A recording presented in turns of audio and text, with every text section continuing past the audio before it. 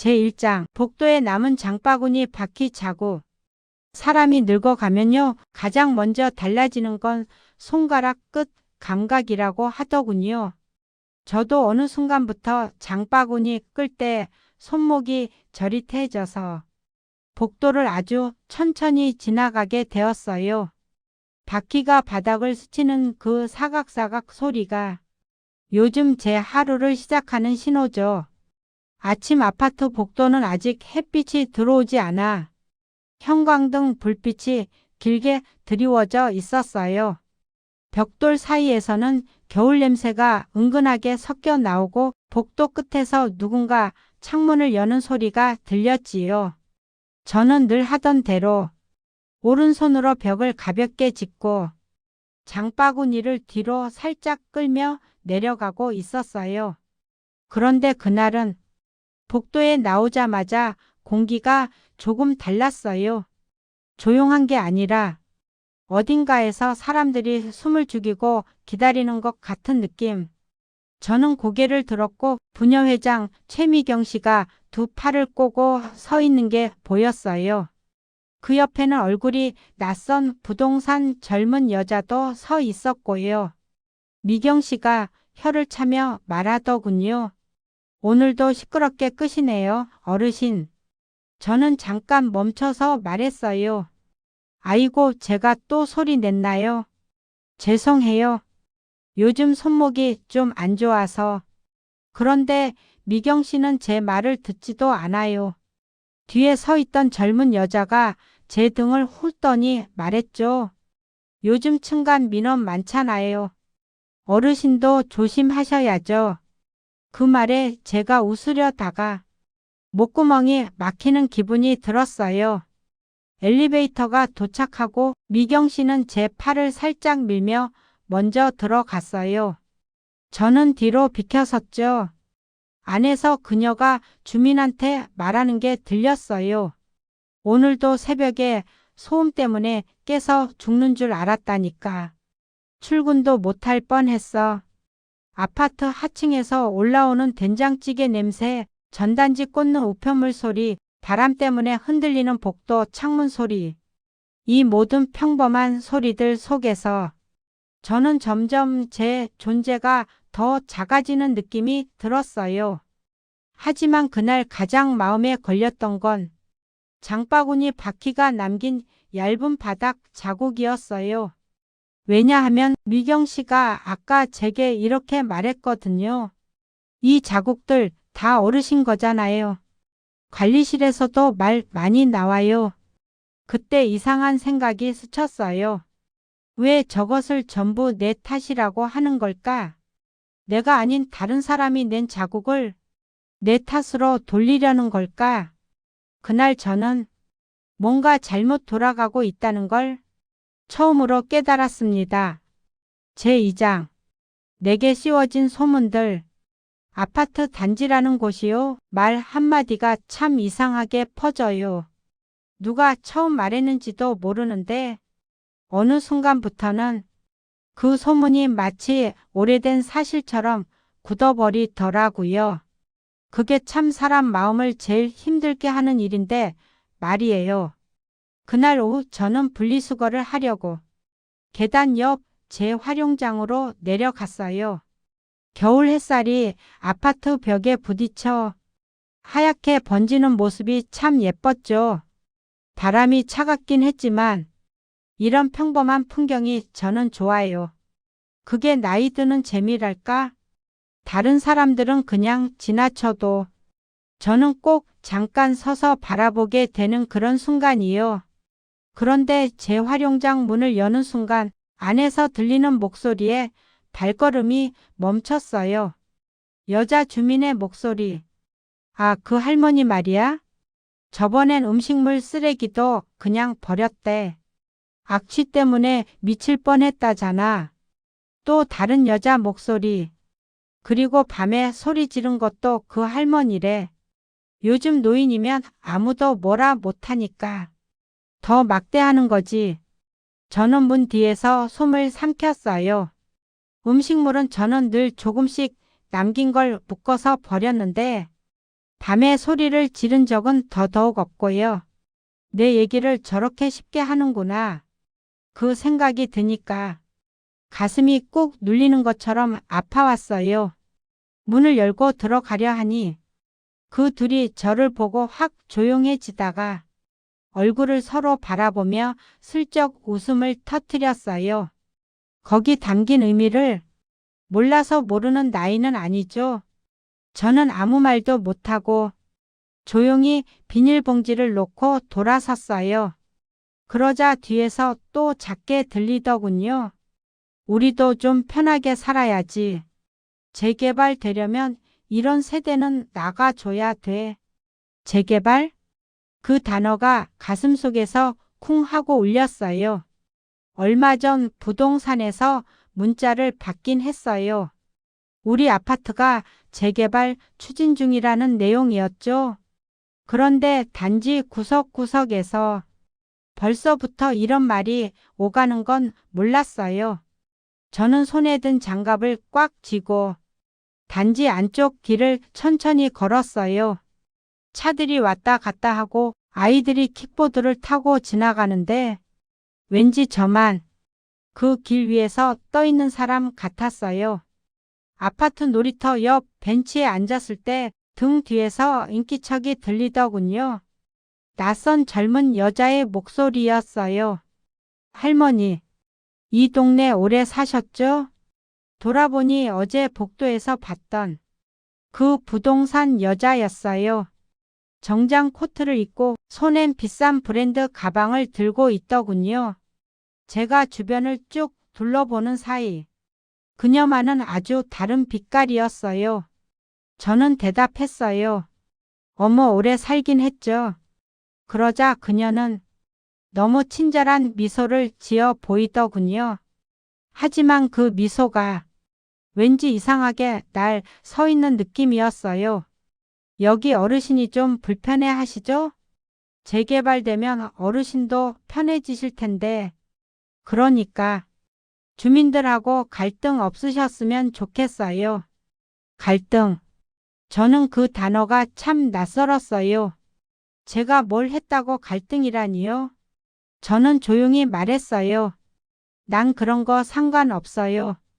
그저 조용히 지내고 싶을 뿐이에요. 제 말을 듣는 둥 마는 둥 하면서 말하더군요. 그럼 혹시라도 반대하실 생각은 없으시겠죠? 노인분들이 반대하면 일이 좀 어려워져서요. 저는 그제야 알았어요. 내가 누군가에게 귀찮은 장애물 같은 존재가 되었구나. 그동안 아무도 내게 말하지 않았던 이유가 점점 선명해지기 시작했어요. 그녀가 떠난 뒤 저는 한참 동안 벤치에 앉아 있었어요. 바람이 코끝을 스치고 나뭇가지가 흔들리는 소리가 유난히 쓸쓸하게 들리더군요. 그리고 그때 다시 떠올랐어요. 오늘 아침 내가 지나기도 전부터 복도에 남아있던 그 자국들. 누군가가 나를 문제로 만들기 시작한 게 아닌가. 며느리와 아들한텐 이런 얘기를 차마 못하겠더군요. 괜히 걱정만 늘릴까 봐요. 하지만 그날 벤치에서 떠나는 부동산 여자의 발걸음 소리를 들으며 저는 아주 작은 의심을 품기 시작했습니다. 이 동네에 무슨 일이 벌어지는 걸까? 제3장 숨은 손길. 사람 일이란 게 그렇더라고요. 한번 흔들리기 시작하면 그 다음부터는 사소한 일도 다 고개를 갸웃하게 만들어요. 그날 저녁 저는 정말 오랜만에 집 현관문 앞에서 오래 서 있었어요. 왜냐면 문틈에 뭔가 이상한 게 끼어 있었거든요. 현관문 아래쪽에 아주 얇은 검정색 단발머리 한 올이 흔적처럼 붙어 있었어요. 바람에 날릴 만한 위치도 아니고 우편물이 끼일 자리도 아니고 저는 한참 동안 그 머리카락을 바라봤어요. 누가 내 문을 건드린 걸까? 내가 집을 나가는 동안 누가 다녀간 걸까? 그 순간 등골이 얼어붙는 느낌이 들더군요. 사람이 늙으면 겁 많은 게 아니라 감각이 더 예민해진다는 말이 사실이에요. 저는 아주 천천히 현관문을 열었어요. 문 열리는 소리가 그날따라 유난히 크게 들렸습니다. 집 안은 조용했어요. 하지만 공기가 어딘가 달랐어요. 창문에서 들어오는 겨울 바람 냄새 말고 누군가 스친 뒤 남긴 기운 같은 게 희미하게 느껴졌어요. 냄새라고 해야 할지 온도라고 해야 할지 잘 모르겠지만 낯선 사람의 흔적이라는 건 이상하게 금세 알아지죠. 오늘 낮 동안 누군가 이 집에 들어왔다는 게 묘한 확신처럼 다가왔어요. 그리고 그날 가장 결정적인 건 서랍장이었어요. 제가 평소 쓰지 않는 작은 서랍 하나가 반쯤 열려 있었거든요. 그 안에는 옛날 남편 사진과 오래된 종이 몇 장, 그리고 누가 봐도 아무 쓸모없어 보일 법한 낡은 원고지들이 들어있죠. 아, 그리고 계약서 같은 서류들도 있었어요. 그런데 왜 열려 있을까요? 저는 의자를 잡고 겨우 앉았어요. 심장이 너무 빨리 뛰어서 왼손으로 가슴을 눌러야 할 정도였죠. 머리카락 한 올, 열려있는 서랍. 누군가 내가 없는 동안 들어왔다. 생각해보니 현관문 비밀번호를 며느리에게 알려준 적 있었어요. 아들 도훈이는 일 때문에 바빠 거의 집에 오지 않고 수민이가 종종 반찬을 가져다 준다고 했죠. 하지만 오늘은 전화를 받은 적도 반찬을 받은 적도 없었어요. 그럼 누가? 그 순간 낮에 벤치에서 만난 부동산 여자의 목소리가 생각났어요. 노인분들이 반대하면 일이 어려워져서요. 현관문에 흔적이 남아있는 걸 보면 문을 직접 열고 들어온 사람이 있었다는 뜻인데 대체 누구일까? 저는 손을 떨며 화장실에서 물을 떠와 현관 앞 먼지를 보았어요. 쪼그려 앉아 문틈 사이 먼지 방향과 신발자국을 확인했죠. 실은 젊을 때 저는 은행 지점에서 서류 정리 업무를 오래 했어요. 사람 흔적 보는 눈이 남들보다는 빠른 편이에요. 바닥에는 얇은 굽힐 자국이 아주 살짝 찍혀 있었어요. 며느리 수민이는 운동화만 신는데 그날 밤 저는 불을 끄지 못하고 집 안을 돌아다녔어요. 베란다 창문 잠금 장치 상태도 다시 확인하고 통장과 계약서가 있는 서랍도 열어보고 닫고 했어요. 그러면서 손끝이 아주 천천히 떨리기 시작했어요. 이 집에서 제가 누군가에게 약한 존재로 보였다는 사실이 그때처럼 두렵게 느껴진 적은 없었습니다. 하지만 이상하게도 두려움과 함께 어딘가에서 작은 오기가 생기기 시작하더군요. 내가 가만히 있어야 하는 걸까? 그날 새벽 창밖 가로등 불빛이 거실 벽에 반사된 걸 보며 저는 한 가지 결심을 했습니다. 내가 잘못한 게 아니라면 숨지 말아야지. 그때는 몰랐어요. 이 작은 결심 하나가 훗날 이 아파트 전체를 뒤집을 큰 사건의 시작이 될 거라는 걸요. 제4장 서류 한 장의 무게. 다음날 아침이었어요. 밤새 잠을 제대로 이루지 못해서인지 눈꺼풀이 무겁게 내려앉아 있었죠. 창밖에서는 누군가 급하게 차문을 여닫는 소리가 나고 아파트 단지 안을 청소하는 빗자루 소리가 간간히 들려왔어요. 그 와중에도 제 마음속에서는 어젯밤 집안에 남아있던 그 묘한 공기와 열려있던 서랍이 계속 맴돌았습니다. 현관문을 열어 신문을 가지러 나가려는데 발치에 얇은 서류 봉투 하나가 놓여 있었어요. 누가 봐도 새벽에 누구든 살포시 내려놓고 간 흔적이었죠. 저는 봉투를 들어 올리며 한 번 더 주변을 둘러봤어요. 복도는 조용했지만 바람결에 문틈이 싱하고 울리는 소리가 왠지 예사롭지 않게 들리더군요. 서류 봉투에는 제 이름이 아주 단정한 글씨로 적혀 있었습니다. 김정옥 귀하. 요즘은 택배도 문자로 오는 세상인데 누가 이렇게 굳이 봉투를 놓고 갔을까 싶었어요. 거실로 돌아와 서류를 꺼내 펼쳐보는 순간 손끝이 순간적으로 굳어버렸어요. 서류 맨 위에는 재개발 조합 동의서라고 적혀 있었습니다. 그리고 아래쪽에는 제가 한 번도 본 적 없는 제 서명이 아주 반듯하게 들어 있었습니다.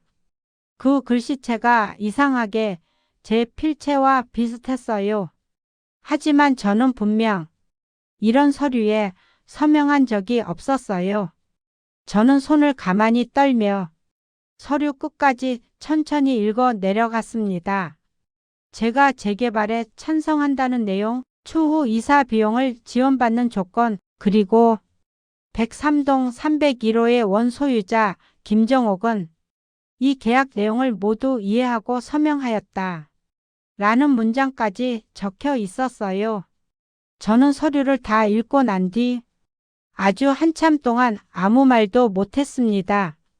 온몸이 얼어붙은 것처럼 같더군요. 그때 등 뒤에서 문을 두드리는 소리가 들렸어요.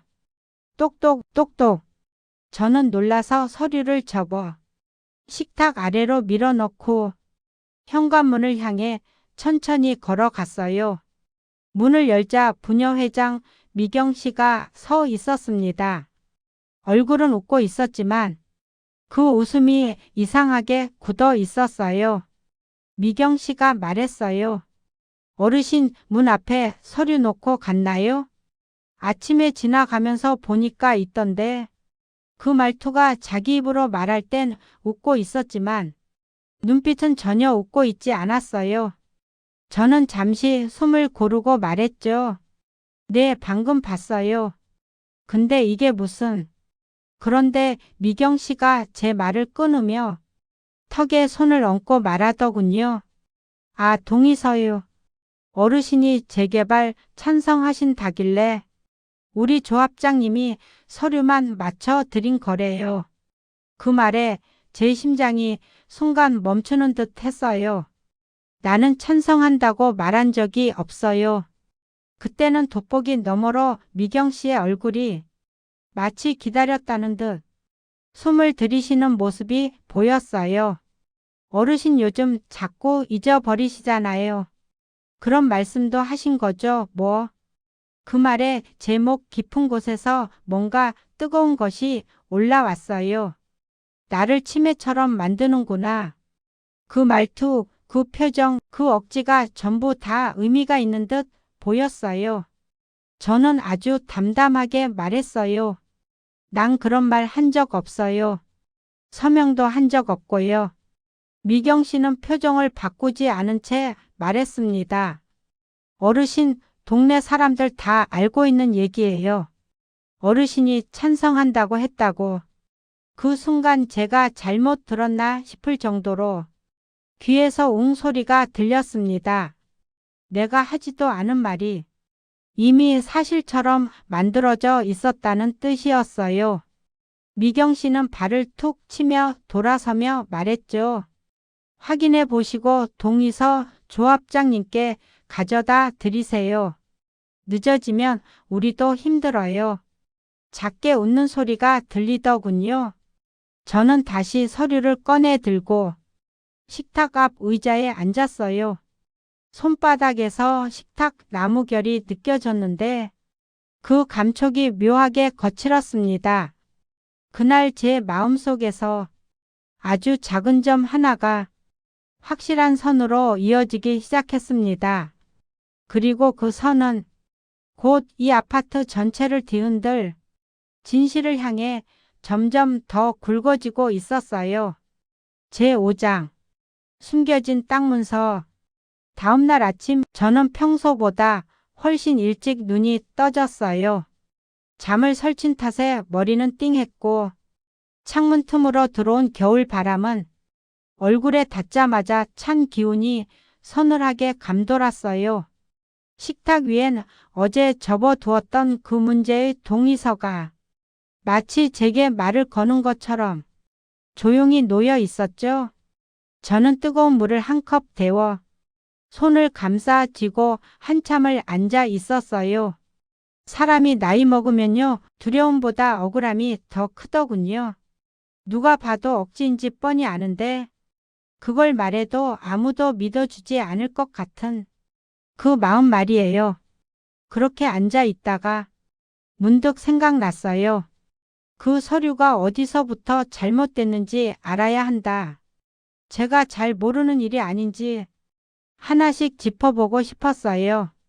그래서 서랍장을 열어 제가 평생 모아둔 오래된 문서들을 꺼냈습니다. 남편과 살던 시절부터 모아둔 계약서, 땅 문서, 관리비 고지서, 그리고 아무도 모르고 있을 아주 오래된 조부 소유의 토지 관련 문서까지요. 문서를 꺼내올 때 종이에서 나는 오래된 냄새는 제가 살면서 잃지 않았던 단단한 부분들을 떠올리게 해줬어요. 쓸쓸하면서도 묘하게 든든한 냄새랄까요? 그러다 한 가지 문서를 발견했어요.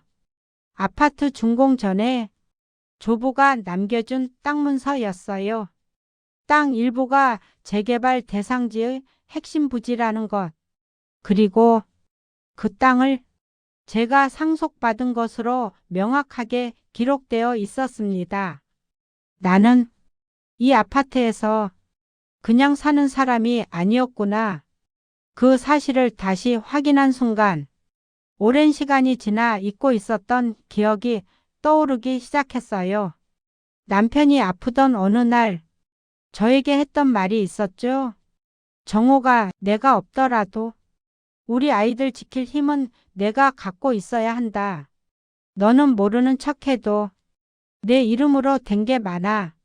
그 말의 의미를 그때는 깊이 생각하지 않았어요.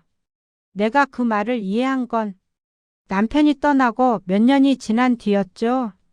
저는 손에 진 땅 문서를 천천히 쓰다듬었어요. 노인의 손등 위로 종이의 거칠고 고집스러운 감촉이 고스란히 느껴졌습니다. 그리고 한 가지 사실이 또렷해졌어요. 이 문서가 지금 이 동네를 흔드는 이유겠구나. 그때 현관문 밖에서 작게 속닥거리는 소리가 들렸어요. 문틈 아래로 그림자 2개가 스치고 지나가는 게 보였죠. 저는 조용히 문으로 다가가 문을 살짝 열었습니다.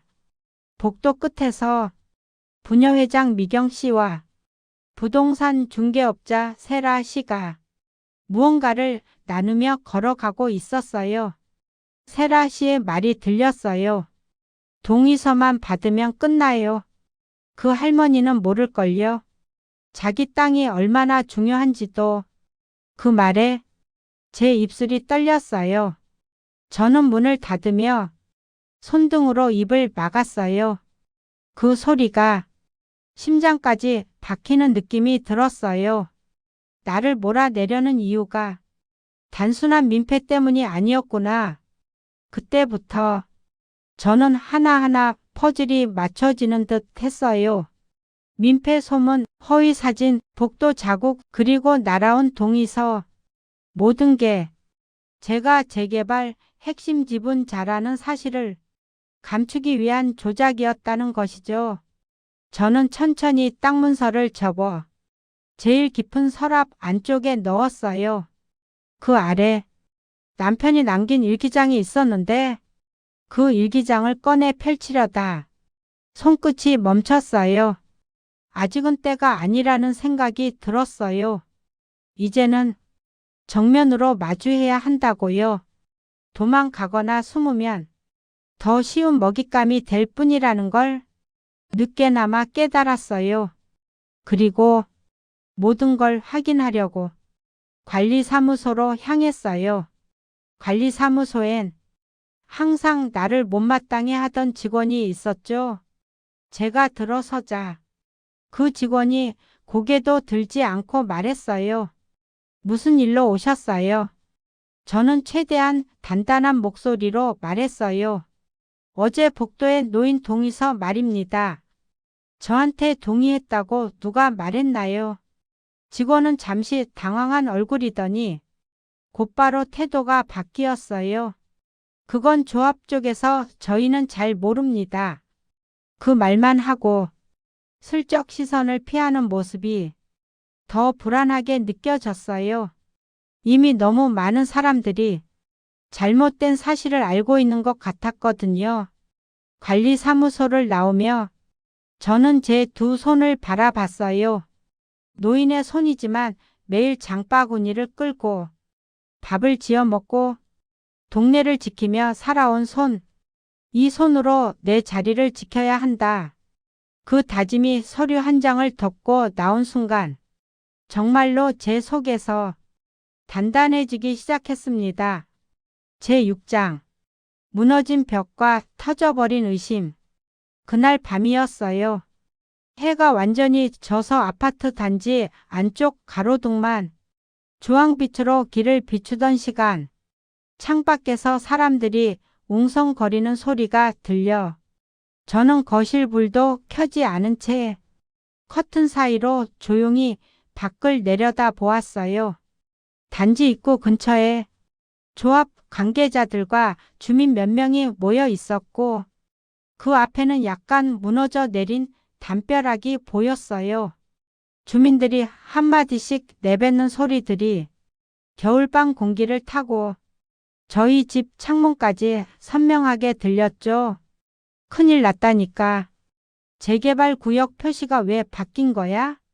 이거 의도적인 거 아니야? 누가 이득 보는지 봐야 하는 거 아냐? 그 소리를 듣는 순간 제 손끝이 살짝 떨렸어요. 그 벽이 무너진 위치, 바로 제 땅 일부가 걸쳐있는 구역이었거든요. 그때 누군가 말했어요. 이쪽 라인에 지붕 큰 사람이 있다는데 누군지는 몰라. 여기 오래된 문서라서 찾기도 어렵대. 그 말에 저는 숨을 들이켰어요. 내 땅 정말 누군가가 알고 있는 걸까? 밖에선 손전등 빛들이 움직였고 조합장이 누군가에게 소리치며 말했죠. 괜히 이런 일 퍼지면 복잡해져요. 관리실이든 어디든 문서 정리부터 다시 해요. 누가 주인인지 정확히 알면 골치 아파지니까. 그 말이요. 참 묘하게 들렸어요. 주인을 알면 골치 아파진다. 그 주인이 바로 나라는 걸 저 사람들은 알고 있는 걸까? 그런데 내가 아닌 누군가를 위해 서류가 조작되고 내 서명이 만들어졌다는 사실이 점점 더 선명하게 느껴졌어요.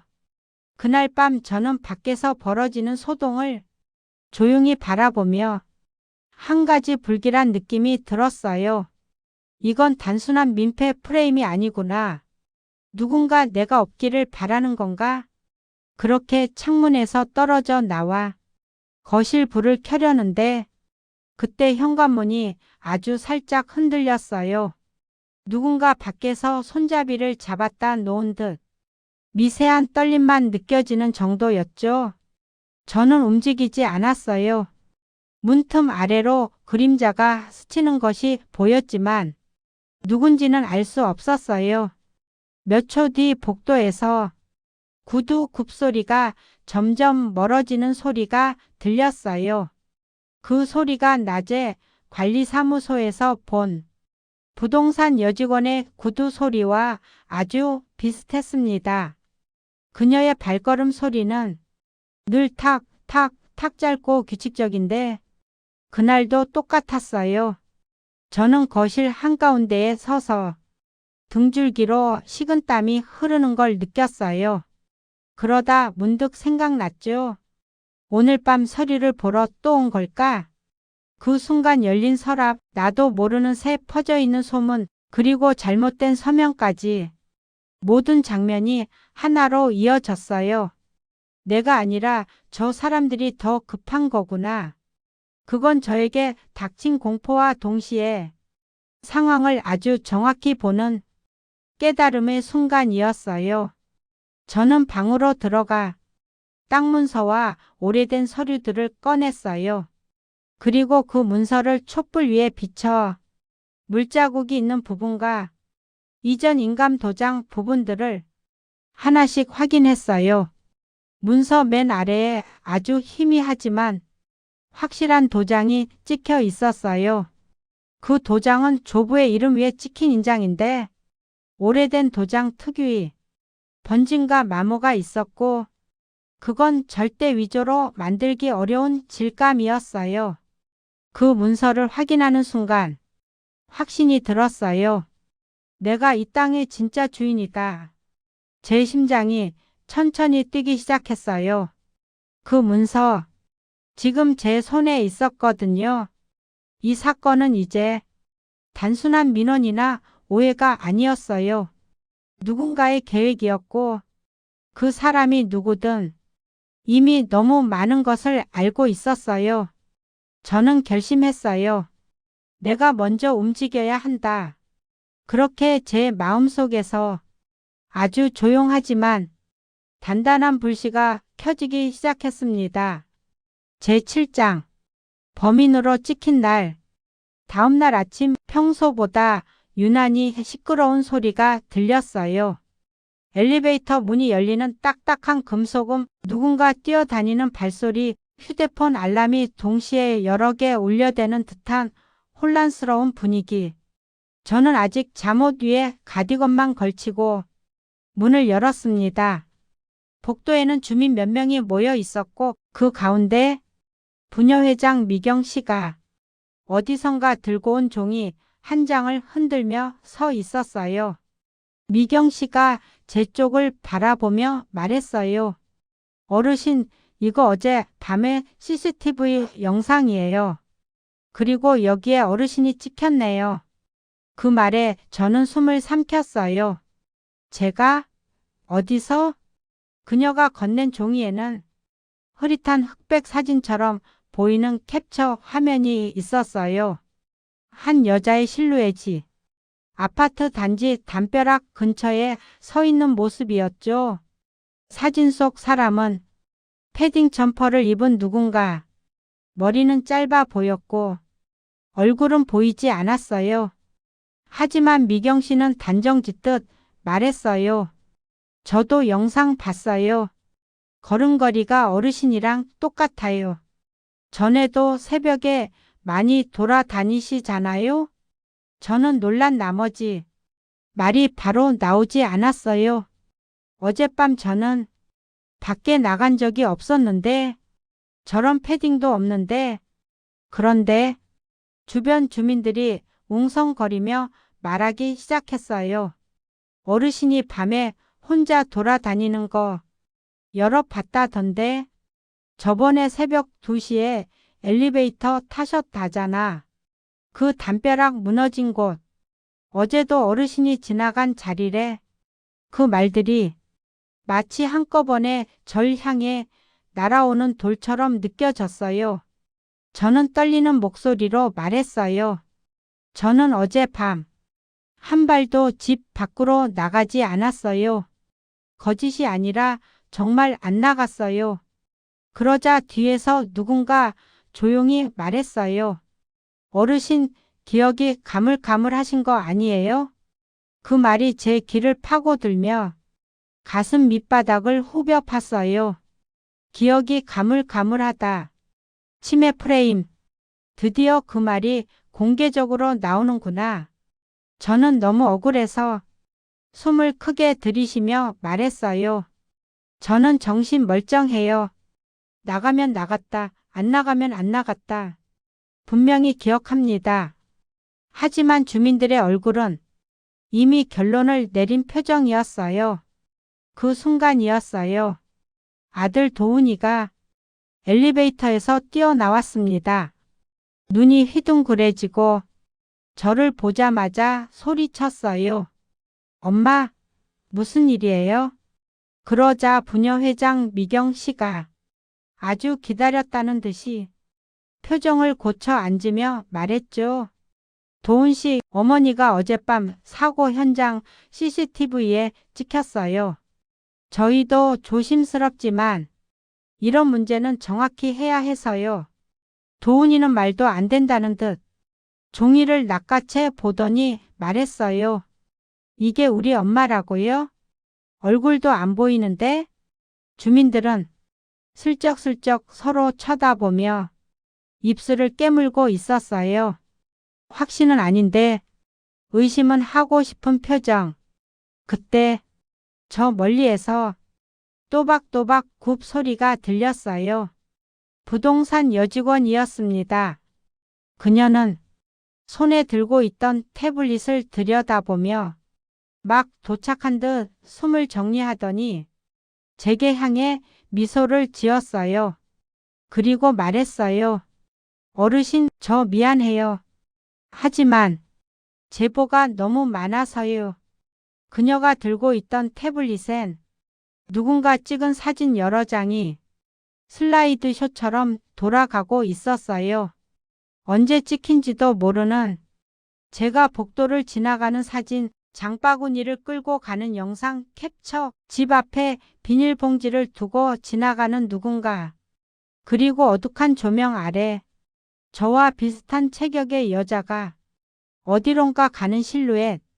갑자기 제 다리에 힘이 풀렸어요. 저는 조용히 말했어요. 저는 저기 있는 사람 아닙니다. 그 말에 몇몇 주민들의 시선이 흔들렸어요. 하지만 꼭 한 사람이 단호하게 말했어요.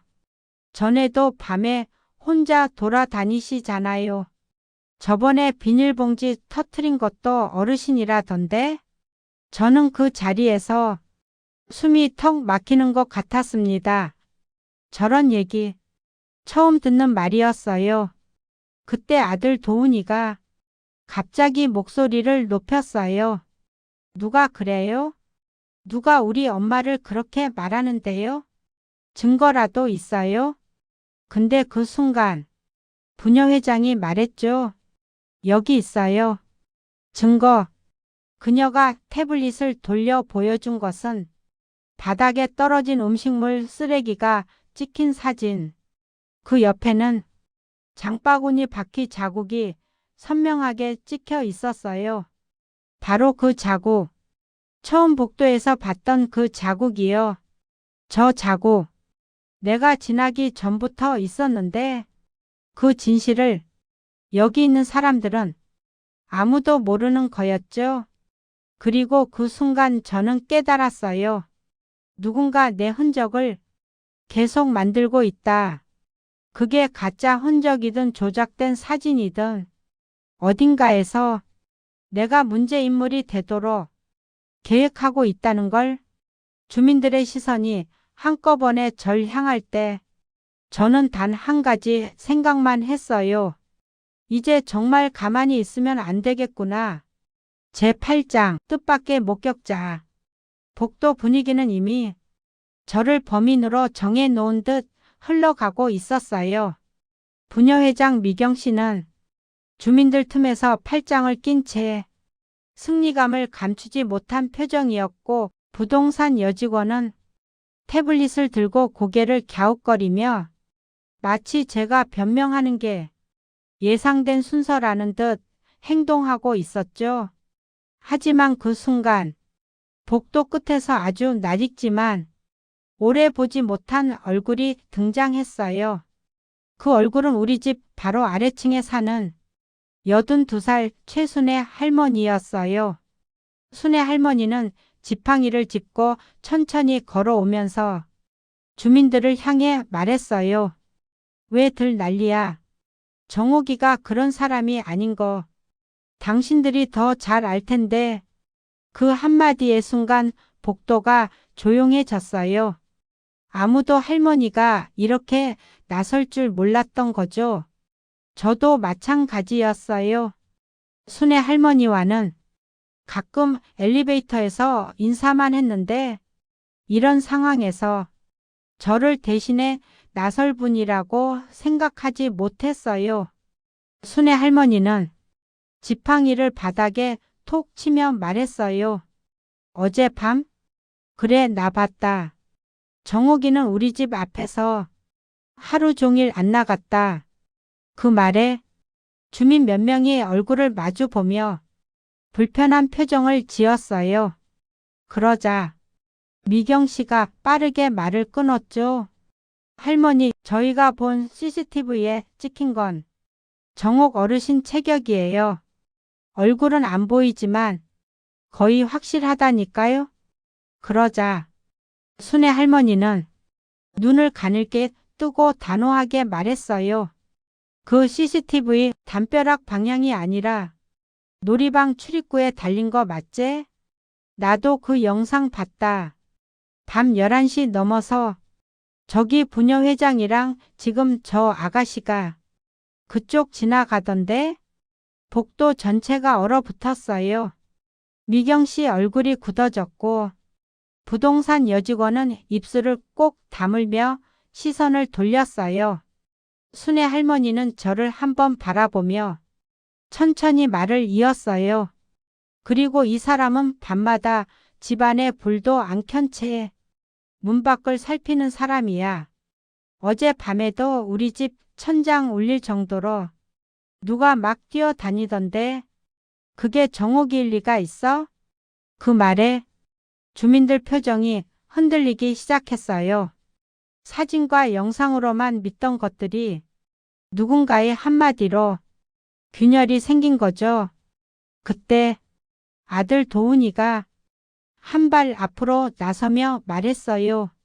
그러니까 확실한 증거 없이 우리 엄마를 몰아붙였다는 거네요. 그 말을 듣는 순간 미경 씨의 눈빛이 흔들렸어요. 하지만 바로 표정을 바꾸며 말했죠. 우리도 의심이 된 거예요. 재개발 때문에 다들 예민하잖아요. 오해였으면 사과드리면 되는 거죠. 그 말은 사과가 아니라 책임 피하기 위한 말이라는 게 분명했어요. 그러자 아주 뜻밖의 사람이 한마디를 더 얹었어요. 여기 증거라고 했던 그 사진. 이상하네? 바닥 타일 무늬가 우리 아파트 거랑 다르네? 말한 사람은 이 동네에서 가장 오래 살았다는 이른 새벽마다 운동 나가는 남자 주민이었어요. 그는 태블릿을 들여다보며 말했어요. 이건 우리 아파트가 아니라 다른 동 뒤편에 있는 오래된 통로 같은데? 주민들이 들썩거리기 시작했어요. 그 순간 부동산 여직원의 얼굴이 노랗게 질려갔어요. 그 장면을 보는 순간 저는 처음으로 내가 혼자가 아니었다는 느낌이 들었어요. 누군가는 진실을 보고 있었고 어떤 사람들은 아직 양심을 잃지 않았다는 걸 그제야 알게 되었죠. 하지만 그 분위기를 깨는 한 사람이 있었어요.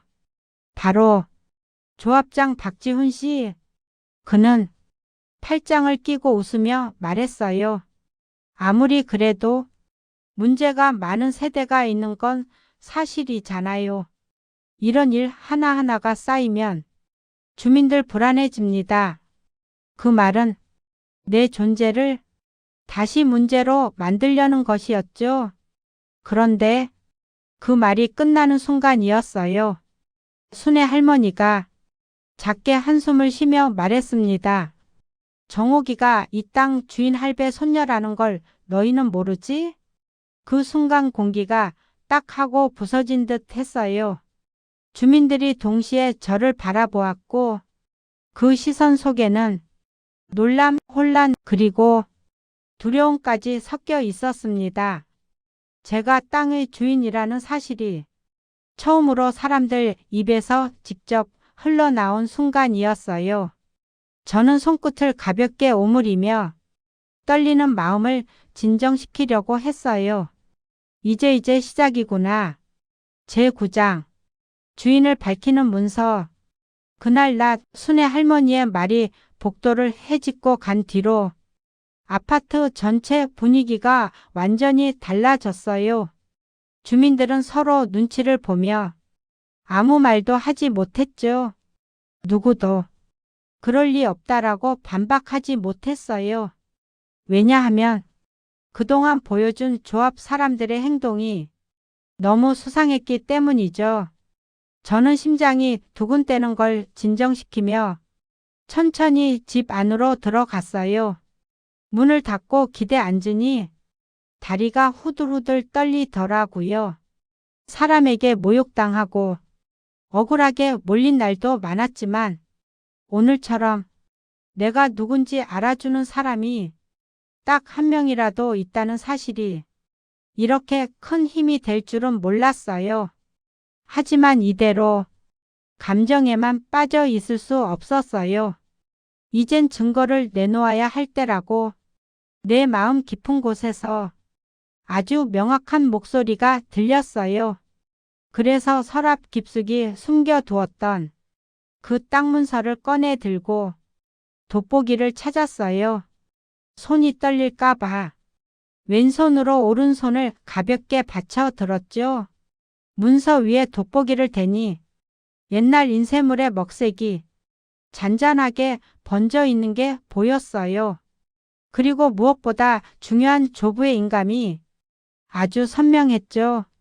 그걸 꺼내 들고 저는 오래 숨을 들이쉬었어요. 이걸 오늘 내놓아야겠다. 그 결정은 평생 소박하게 살아온 제게는 큰 용기가 필요했지만 이제는 누가 등을 떠밀지 않아도 스스로 서야 한다는 걸 알고 있었어요. 그날 오후 재개발 임시 설명회가 열린다는 안내 문자가 모든 주민들에게 발송됐어요. 아들이 문자를 확인하더니 저에게 말했죠. 엄마, 가지 말아요. 오늘은 그냥 쉬어요. 저는 조용히 말했어요. 도훈아, 이젠 내가 가야 해. 내가 말해야 진실이 바뀌어. 아들 얼굴이 걱정과 죄책감에 뒤섞여 있었어요. 그동안 저를 돌보지 못했다는 마음이 그 눈빛에 고스란히 담겨 있었죠. 수민이도 말했어요. 어머니, 힘든 일은 저희가 할게요. 저는 고개를 저었어요. 아니야. 이건 내 자리, 내 말, 내 이름이 걸린 일이야. 그리고 땅 문서를 얇은 검은 지갑에 넣고 외투 안쪽 주머니 깊숙이 넣었어요.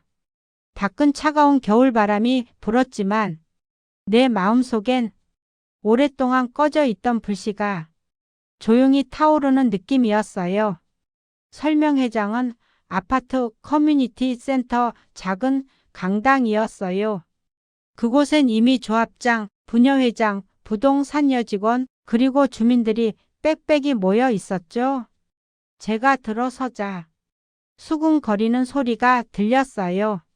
어르신 오셨네. 혹시 오늘 또 문제 생기는 거 아니야? 그 말이 귀에 들어왔지만 이제는 기분이 상하기보다 그래 좋다. 오늘 다 밝혀줄 테니 하는 마음뿐이었어요.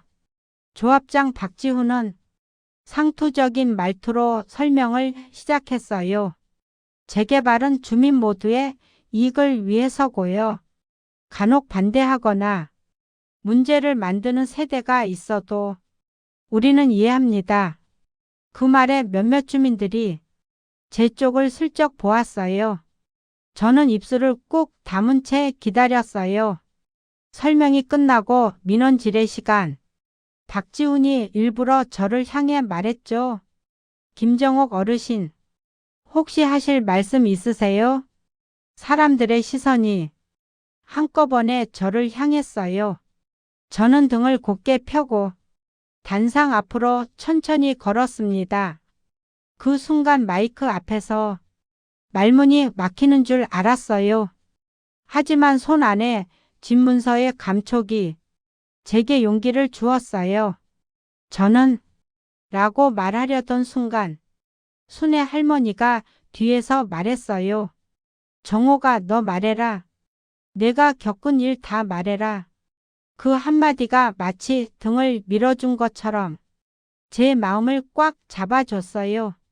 그래서 저는 아주 천천히 말했습니다. 저는 재개발을 반대한 적도 밤에 돌아다닌 적도 없습니다. 어제 CCTV에 찍힌 사람도 제가 아닙니다. 주민들 속삭임이 이어졌어요. 그러다가 저는 외투 안쪽에서 땅 문서를 꺼냈어요. 가슴이 두근거리는 게 손끝까지 전해졌지만 절대 떨어뜨리지 않으려고 두 손으로 꽉 쥐었어요. 그리고 주민들 앞에서 조용히 펼쳤습니다. 그리고 이 문서는 이 아파트가 지어지기 전 이 땅의 원주인이 누구였는지 증명하는 문서입니다. 그 말에 설명회장은 순간 숨소리조차 사라진 듯 조용해졌어요. 사람들은 도대체 뭐가 나오려는지 숨을 몰아쉬고 있었죠. 저는 돋보기로 문서 아래쪽을 가리키며 말했어요. 여기 이름 보이시죠? 저의 외조부 이름입니다. 그리고 이 땅은 제가 상속받았습니다. 부녀회장의 얼굴이 하얗게 질려갔어요. 여직원도 눈을 크게 뜨고 당황스러운 얼굴로 태블릿을 움켜쥐었어요. 그러자 주민들 사이에서 웅성거림이 시작됐습니다. 진짜였어? 어르신이 주인이었다고? 그럼 지금까지 모함한 거야? 어쩐지 요즘 수상하더라. 사람들 얼굴에 경악함과 놀람이 그대로 묻어났죠. 그리고 나는 아주 담담하게 말했습니다. 이 땅의 진짜 주인은 저입니다. 그 말을 끝맺는 순간 누군가 의자를 밀며 일어났어요. 그리고 그 사람이 말했습니다. 어르신 말씀이 맞아요. 이 문서 진짜입니다. 그 목소리는 설명회장 뒤쪽에서 들렸어요. 모든 게 완전히 뒤바뀌기 시작한 순간이었어요. 제10장 계획의 주범. 설명회장 뒤편에서 들린 목소리의 주인은 바로 관리사무소의 오래된 직원 강주한 씨였어요. 그는 늘 말수도 적고 모든 일에 무심한 듯 행동하던 사람이었죠. 주민 누구도 저 사람이 말을 길게 하는 모습을 본 적이 없었어요. 그래서 더 놀라웠죠. 강주한 씨는 천천히 걸어 나오며 말했어요. 제가 지난달부터 문서들 정리하면서 이 땅 문서 봤습니다. 위조가 아닙니다. 기록도 일치합니다. 할머니 말씀이 맞아요. 순간 설명회장이 쩌렁 울릴 만큼 웅성거림이 터져 나왔어요. 저는 숨을 깊이 들이쉬며 겨우 마음을 가라앉혔어요. 조합장은 얼굴이 굳은 채 강씨 쪽으로 다가가 말했어요. 아니 강씨, 그런 민감한 얘기를 왜 지금에서야? 그 말이 끝나기 전에 강씨가 조용히 말했어요. 저도 압박받았습니다. 없던 걸로 만들라고. 그 말에 누군가 비명을 내질렀어요. 누가 시킨 건데요? 그러자 강씨는 순애 할머니를 향해 시선을 옮기더니 제 쪽을 보며 말했습니다. 부녀회장님에게서요. 설명회장이 순식간에 얼어붙었어요. 부녀회장은 입술이 파래질 정도로 흔들리며 말했어요. 아니, 우리는 그냥 재개발 구역이 변경됐다는 소문도 도는데 혹시 재개발이 오래 걸릴까 봐. 그러자 순애 할머니가 지팡이를 톡 치며 말했어요. 거짓말도 정도가 있지. 내 눈으로 다 봤다. 부동산 여직원이 애써 침착한 척하며 말했죠. 오해예요. 저희는 그냥 재개발이 빨리 되어야 다들 편해지니까. 그러자 아들 도훈이가 분노를 억누른 목소리로 말했어요. 그 말에 다들 고개를 숙였어요. 그리고 조합장도 입술만 달싹거리며 말을 잇지 못했어요. 강 씨가 천천히 설명하기 시작했어요. 처음엔 동의서 위조부터 시작했고, 그 다음엔 주민들의 불만을 모아서 할머니를 문제 세대로 만들라고 했습니다. 밤에 소음 난 것도 다른 동 영상 가져와서 만든 거예요. 주민들이 충격에 입을 틀어막기 시작했어요. 제 눈에서 뜨거운 것이 천천히 차올랐어요. 그동안 나는 왜 이렇게 작아지려 했을까? 왜 내가 틀렸다고 먼저 인정하려 했을까? 평생을 조용히 남에게 피해 안 주는 삶만 살았던 저는 이렇게 억울하게 몰릴 줄 몰랐어요. 하지만 이제는 알겠어요. 참는 건 죄가 아니지만 침묵하면 죄가 될 수 있다. 주민회의가 끝나고 여러 주민들이 제게 다가와 말했어요. 어르신 죄송해요. 우리가 섣불렀어요. 설마 이렇게까지 속이려는 사람이 있을 줄은. 저는 고개를 저으며 말했어요. 괜찮아요. 이제 다 알았으니까요. 서로만 조심하면 돼요. 그런데 가장 미안해한 사람은 아들 도훈이었어요. 엄마, 그동안 엄마 힘든 거 못 알아봐서 미안해요. 저는 도훈이 손을 감싸며 말했어요. 내가 말 안 했으니까 그렇지. 너도 내 삶이 있고, 근데 이제는 내가 먼저 이야기할 거야. 숨지 않을 거야. 며느리 수민도 옆에서 말했어요. 어머니, 앞으로는 저희가 지켜드릴게요. 그 말이 그 어느 때보다 따뜻하게 들렸어요. 며칠 후 조합은 모든 서류를 다시 검토하기로 했고, 문제를 불거뜨린 사람들은 주민들에게 공식 사과문을 제출했어요. 며칠 뒤엔 아파트 게시판에 동의서 조작 사건 진상조사 결과가 공지되었고, 주민들은 다시 제게 웃으며 인사하는 사람들이 되었어요. 저는 다시 장바구니를 끌며 복도를 걸었어요. 바람 사이로 아주 고요한 소리가 들렸어요. 하지만 예전처럼 작아진 마음으로 걷지 않았어요. 나는 이곳의 주민이고 이 땅의 주인이며 내 삶의 주인이라는 걸 이제는 분명히 알고 있으니까요. 아파트 내리는 겨울 햇빛이 복도 바닥에 살짝 번지는 걸 보며 저는 마음속으로 중얼거렸습니다. 이제부터는 내가 나를 지킬 거야. 이 이야기가 공감되셨다면 구독과 좋아요 부탁드립니다.